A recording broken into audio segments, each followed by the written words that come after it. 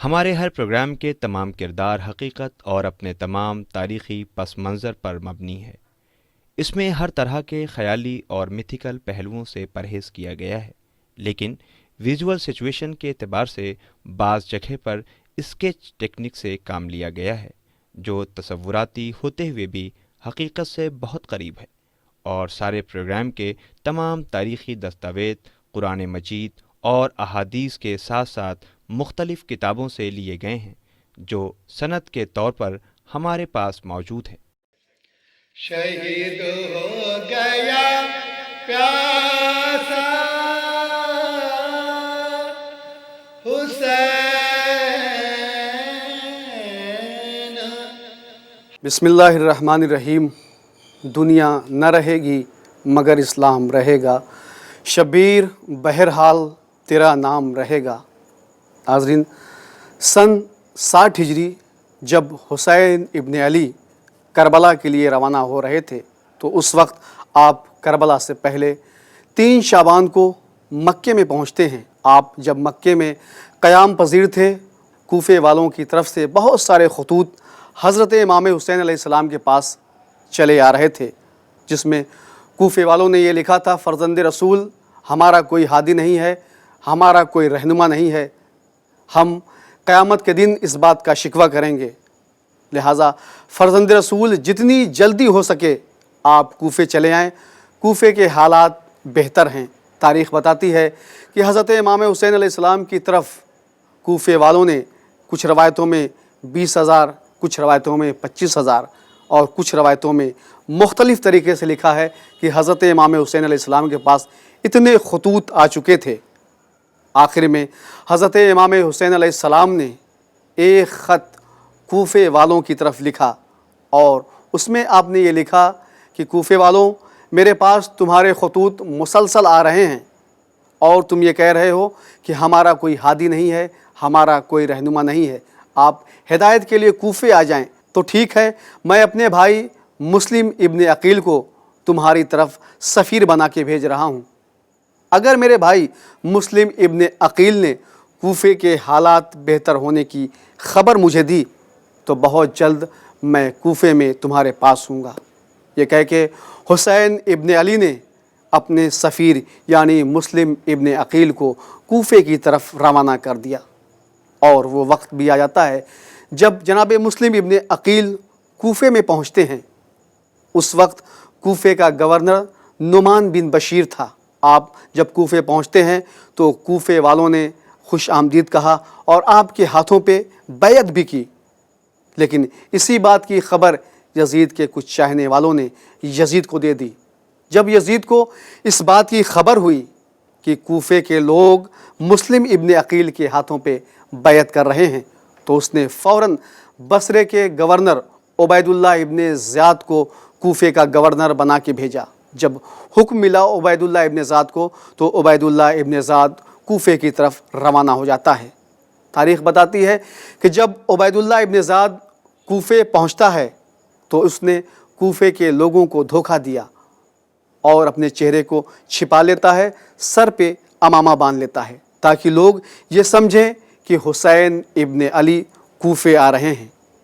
لیکن جب عبید اللہ ابن زیاد کوفے پہنچتا ہے اور دارالامارہ کے قریب پہنچا تو اس نے نعمان بن بشیر کو آواز دی کہ دارالامارہ کا دروازہ کھول دیا جائے، تو نعمان بن بشیر نے ایک مرتبہ بلند آواز سے کہا: اے فرزند رسول حسین ابن علی، ہم آپ سے اختلاف نہیں چاہتے، جنگ نہیں چاہتے، آپ بہتر ہے یہاں سے چلے جائیں، میں دارالامارہ کے دروازے کو نہیں کھولوں گا۔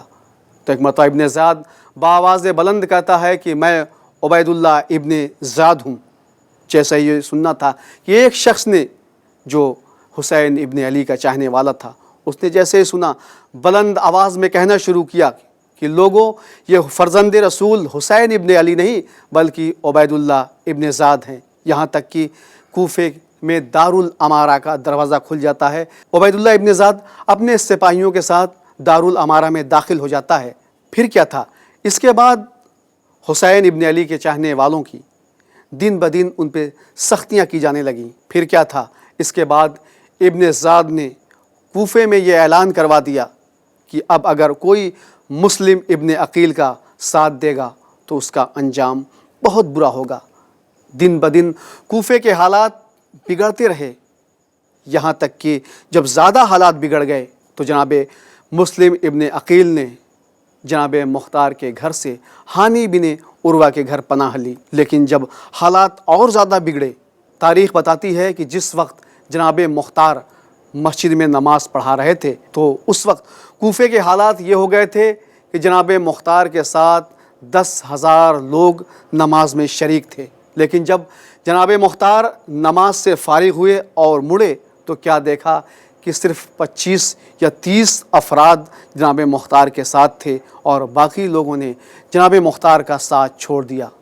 تاریخ بتاتی ہے کہ اب دن بدن کوفے کے حالات بگڑتے جا رہے ہیں، اور وہ وقت بھی آ جاتا ہے کہ جب سفیر حسین جناب مسلم ابن عقیل نے نماز پڑھائی تو نماز میں تقریباً 10,000 لوگوں نے جناب مسلم ابن عقیل کے پیچھے نماز پڑھی، اور جب جناب مسلم ابن عقیل نماز سے فارغ ہوئے تو مڑ کے دیکھا، کیا دیکھتے ہیں کہ صرف 25 یا 30 افراد آپ کے پیچھے ہیں، باقی سب نے جناب مسلم ابن عقیل کا ساتھ چھوڑ دیا۔ اب جناب مسلم ابن عقیل آگے بڑھتے ہیں، مسجد کے جب آخری دروازے کے قریب آتے ہیں جناب مسلم اور مڑ کے دیکھتے ہیں تو کیا دیکھا کہ اب جناب مسلم یکتا و تنہا ہیں، سب نے جناب مسلم کا ساتھ چھوڑ دیا، جبکہ کوفیوں نے جناب مسلم کو بلایا تھا، امام حسین کے پاس خط لکھا تھا، لیکن آج جب جناب مسلم مصیبتوں میں ہیں، پریشانیوں میں ہیں، تو سب نے جناب مسلم کا ساتھ چھوڑ دیا۔ یہاں تک کہ تاریخ بتاتی ہے کہ رات کا سناٹا ہے، رات کی تاریکی میں جب کوفے کا ماحول اتنا زیادہ وحشت ناک اور دہشت زدہ ہے کہ جب کوفے میں کوئی بھی اپنے گھر سے باہر نہیں نکلنا چاہتا، کیونکہ ابن زیاد نے یہ اعلان کروا دیا تھا، کوئی بھی اگر سفیر حسین مسلم ابن عقیل کا ساتھ دے گا تو اسے قتل کر دیا جائے گا۔ آخر جناب مسلم ابن عقیل رات کی تاریکی میں، انجان گلیاں ہیں، انجان راستے ہیں، جناب مسلم یکتا و تنہا چلے جا رہے ہیں، چلتے چلتے تھک جاتے ہیں، اور ایک وقت وہ آتا ہے جب جناب مسلم ابن عقیل ایک دروازے پہ بیٹھ جاتے ہیں۔ آپ کا اس دروازے پہ بیٹھنا تھا کہ کچھ ہی دیر کے بعد ایک معظمہ دروازہ کھولتی ہے۔ اب جو اس نے دروازہ کھولا، کیا دیکھتی ہے کہ ایک شخص دروازے کے باہر بیٹھا ہوا ہے۔ اس معظمہ نے جیسے ہی اس شخص کو دیکھا، کہا، بھائی تمہیں معلوم نہیں کہ کوفے کے حالات بڑے خراب ہیں، تم یہاں سے چلے جاؤ۔ سفیر امام حسین مسلم ابن عقیل نے کہا، اے معظمہ، اگر ہو سکے تو تھوڑا سا مجھے پانی پلا دے۔ جیسے ہی اس معظمہ نے سنا، کہا ہاں، دوڑتی ہوئی گھر میں گئی اور ایک کوزہ آب لے کے آئی اور مسلم ابن عقیل کو وہ کوزہ آب دیا۔ جناب مسلم ابن عقیل نے پانی پیا، پھر وہی بیٹھ جاتے ہیں۔ اب جو بیٹھنا تھا کہ وہ معظمہ کہتی، اے بھائی، کیا تجھے معلوم نہیں کہ کوفے کے حالات بڑے خراب ہیں؟ ابن زاد کے سپاہیوں نے اگر تجھے اس حالت میں دیکھ لیا تو تجھے قید کر لیا جائے گا، جاؤ اپنے گھر چلے جاؤ۔ جیسے ہی اس معظمہ نے یہ جملہ کہا، جناب مسلم ابن عقیل کہتے ہیں، اے معظمہ، یہ بتاؤ کہ جس کا کوئی گھر ہی نہ ہو آخر وہ کہاں جائے؟ جیسے یہ سننا تھا کہ وہ معظمہ گھبرا جاتی ہیں، کہتی ہیں، یہ بتاؤ کہ تم ہو کون؟ کہا، بی بی، میں مدینے کا رہنے والا ہوں۔ مدینے کا نام سننا تھا، وہ معظمہ کوئی اور نہیں بلکہ طوہ تھی۔ طوہ گھبرا جاتی، پریشان ہو جاتی، مدینے کا نام سننا تھا۔ کہا، مدینے کے رہنے والے ہو؟ کہا، ہاں، میں سفیر حسین مسلم ابن عقیل ہوں۔ جیسے ہی جناب مسلم نے کہا کہ میں سفیر حسین مسلم ابن عقیل ہوں، اس کی آنکھوں سے آنسو بہنے لگتے ہیں۔ کہا، مسلم، جلدی میرے گھر میں آؤ، جانتے نہیں کہ کوفے کے حالات کتنے خراب ہو گئے ہیں۔ طوہ نے جناب مسلم کو پناہ دی اپنے گھر میں، اور جناب مسلم اس کے بعد طوہ کے گھر میں جاتے ہیں۔